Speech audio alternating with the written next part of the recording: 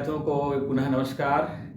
आज के हमारे इस YouTube के चैनल फिजिक्स गाइडलाइन में मैं पुनः आप सभी विद्यार्थियों का स्वागत करता हूं। और विद्यार्थियों, आप परीक्षा का समय आप देख रहे हैं नज़दीक आ गया है और मैं सोच रहा हूं कि आप बहुत अच्छे से अभी अपनी परीक्षा की तैयारी कर रहे होंगे। और ऐसी ही एक पुनः मैं परीक्षा के लिए इस वर्ष महत्वपूर्ण टॉपिक आपके क्लास 12 फिजिक्स के अध्याय 14 ठोस तथा अर्धचालक युक्ति से एक बहुत ही महत्वपूर्ण टॉपिक और किसी न किसी सेट में आने वाला टॉपिक वो है पीएन संधि डायोड को अर्धतरंग दिष्टकारी की तरह प्रयोग करना। बहुत इंपॉर्टेंट टॉपिक है विद्यार्थियों, आप इस वीडियो को बहुत अच्छे से देखिएगा तो मैं सोचता हूँ कि आपको ये 3 नंबर के जो अंक में आएंगे प्रश्न उसको आप पूर्ण रूप से 3 अंक प्राप्त कर लेंगे। बस केवल आपको इस चित्र को समझना है कि इसमें थ्योरी है, आपको अपने भाषण समझना है और लिखना है। तो सबसे पहले तो विद्यार्थियों, हम पीएन संधि डायोड को दिष्टकारी की तरह किस प्रकार से प्रयोग में लाते हैं उसके पहले हमको दिष्टकारी अर्थात रेक्टिफायर की परिभाषा जानना है। देखिए, दिष्टकारी या रेक्टिफायर की परिभाषा आपके मोबाइल की स्क्रीन पे लिखा रहा होगा, मैं जब बोलूँगा तो दिष्टकारी एक ऐसी उपकरण होती है जिसकी सहायता से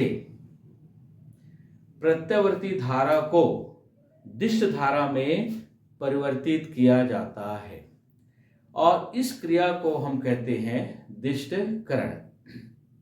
या विद्यार्थियों, इसको हम इस प्रकार से बोल सकते हैं कि प्रत्यावर्ती धारा को दिष्ट धारा में बदलने की जो क्रिया होती है उसको हम दिष्टकरण कहते हैं और इसके लिए हम जिस उपकरण का प्रयोग करते हैं उसे दिष्टकारी या रेक्टिफायर कहते हैं। विद्यार्थियों, अपने अब दैनिक जीवन में हम रेक्टिफायर बहुत देखते हैं। जैसे आप मोबाइल जो चार्ज करते हैं, जो चार्जर होता है एक प्रकार का वो रेक्टिफायर या दिष्टकारी है। तो पीएन संधि डायोड को रेक्टिफायर अर्थात दिष्टकारी की तरह हम 2 प्रकार से प्रयोग में लाते हैं।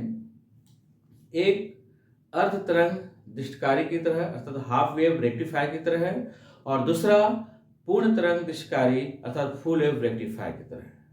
विद्यार्थियों, आज के हम इस वीडियो में केवल पीएन संधि डायोड को अर्धतरंग दिष्टकारी की तरह किस प्रकार से प्रयोग में लाते हैं, उसकी विद्युत परिपथ क्या होता है, वो कैसे कार्य करता है, उसके इनपुट वोल्टेज और आउटपुट वोल्टेज के बीच जो ग्राफ होता है वो कैसा होता है, उसके बारे में हम इस चैप्टर में और इस वीडियो में समझेंगे। तो विद्यार्थियों, मैं आपको केवल यहाँ पर हाफ वेव रेक्टिफायर अर्ध दिष्टकारी के परिपथ को यहाँ बना करके मैंने आपके सामने लाया है। तो सबसे पहले तो आप इसके विद्युत परिपथ के बारे में देखेंगे तो इसमें क्या होता है, क्या क्या हम इसमें सामग्री प्रयोग करके ये रेक्टिफायर को हम बनाते हैं।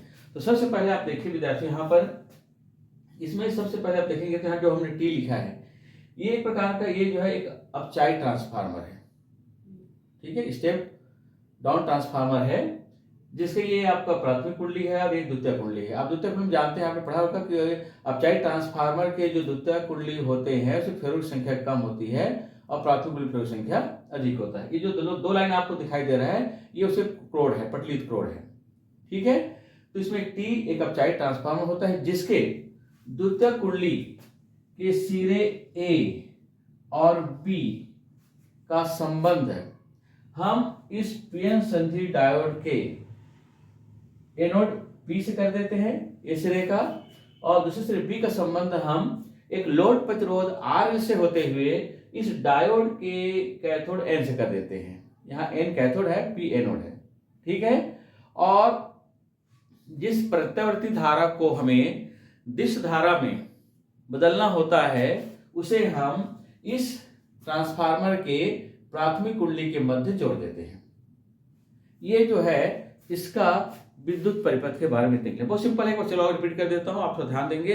देखिए, इसमें टी एक अपचाई ट्रांसफार्मर होता है जिसके प्राथमिक कुंडली के सिरे ए का संबंध है डायोड के एनोड पी से कर दिया जाता है, जबकि इस द्वितीयक कुंडली के सिरे बी का संबंध है लोड प्रतिरोध आर से होते हुए इस डायोड के कैथोड एन से कर देते हैं। हम यहाँ पर सीडी भी लिख देते हैं यहाँ पर, ठीक है, ये सीडी है। अब जिस प्रत्यक्ष धारा को हमें दिष्ट धारा में बदलने की आवश्यकता होती है, जिसका जो बदलना होता है उसे हम इस ट्रांसफार्मर के प्राथमिक कुंडली के मध्य जोड़ देते हैं। ये आप विद्युत परिपथ के बारे में, हालांकि परीक्षा में विद्युत परिपथ के चित्र ही आते हैं, इसके रचना नहीं आता, फिर भी हम तैयारी करके रखें। अब इसकी जो सबसे महत्वपूर्ण बात है विद्यार्थियों, वो है इसकी क्रिया विधि को समझना है। क्रिया विधि में जब हम इनपुट में प्रत्यय धारा देते हैं तो आउटपुट में से बाह्य परिपथ में हमको दिश धारा प्राप्त होता है। कैसे प्राप्त होता है, आप क्रिया विधि को थोड़ा ध्यान से देखिएगा, बहुत समझना चाहिए, बहुत सरल है।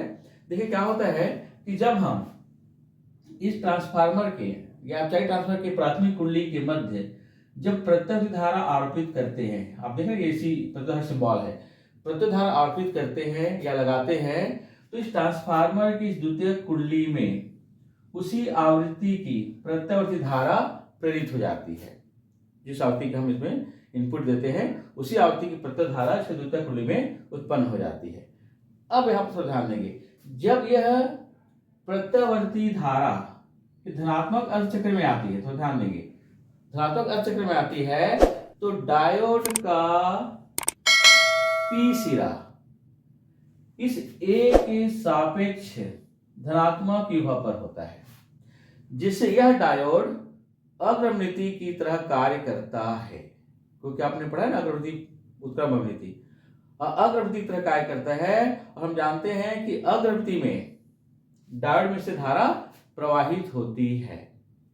तो जब यह डायोड अग्रमनीति की तरह कार्य करता है तो इसके बाह्य पथ में धारा इस लोड प्रतिरोध RL से इस बाह्य परिपथ CD की ओर ये निर्गत हो जाती है। आप जो हरे कलर में आप देख रहे हैं CD को निर्गत हो जाती है, जिससे आपको बाह्य परिपथ में धारा प्राप्त होता है।